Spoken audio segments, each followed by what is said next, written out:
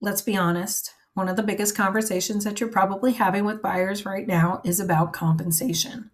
And for a lot of agents, it's also one of the most uncomfortable. The way buyer's agent compensation is explained has changed. And if you're not confident in how you present it, your clients will feel that immediately.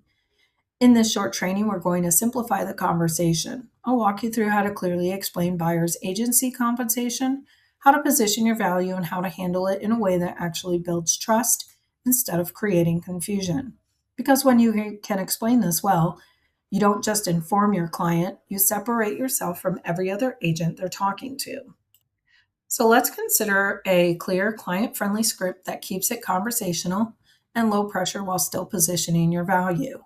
Perhaps you can say something like this: before we start looking at homes, there's one quick thing I want to go over with you.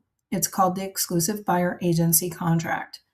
Now, I know that might sound a little formal, but really it's just an agreement that outlines how I represent you throughout the home buying process.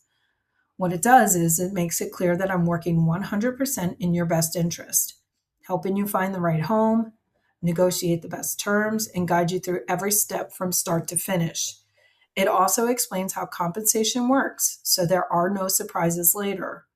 My goal is always to be completely transparent with you upfront. Most importantly, this agreement creates a true working relationship. We're a team in this process. If at any point you have any questions about it, we'll walk through it together. Sound fair? At this point, we're going to talk about how to introduce the broker's fee conversation. Again, a script is very useful in this scenario. So you can say something like this: all right, let's talk about the broker's fee section.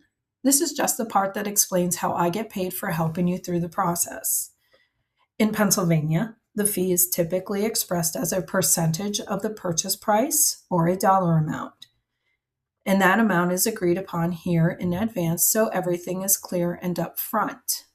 We have two scenarios where a seller is represented by a real estate broker and with a seller who is not represented by a real estate broker. Again, in the second scenario, the broker's fee is expressed as a percentage of the purchase price or a dollar amount, whichever is greater. Of course, if that scenario happens, the amount that we've agreed upon here is applied to that fee. The next part of the conversation is how the buyer agent is to be paid. At this point, it's a great spot to slow things down and make it feel simple and non-intimidating for your buyer. So you can use another script like this. One thing that's really important to understand right now is that not every seller handles buyer agent compensation in the same way. So let me break it down into two scenarios. First, when a seller does offer compensation. In this case, the seller, through the listing brokerage who is being represented, is offering to pay the buyer's agent. So when we purchase the home, that compensation is applied toward the fee that we've agreed to in our agreement. So what that usually means for you is the seller can offer to pay for all of the commission due from you to me, or they can pay only a portion of the commission. Second, when a seller does not offer compensation, this is where things look a little different.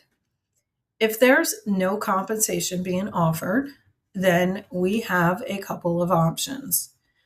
We can negotiate for the seller to contribute toward my fee as part of your offer, or we can structure it in a way where you would cover some or all of that fee.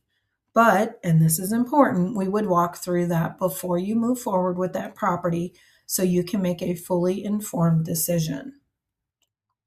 If your buyer is struggling to understand this concept, you can provide an analogy for them to get the concept down.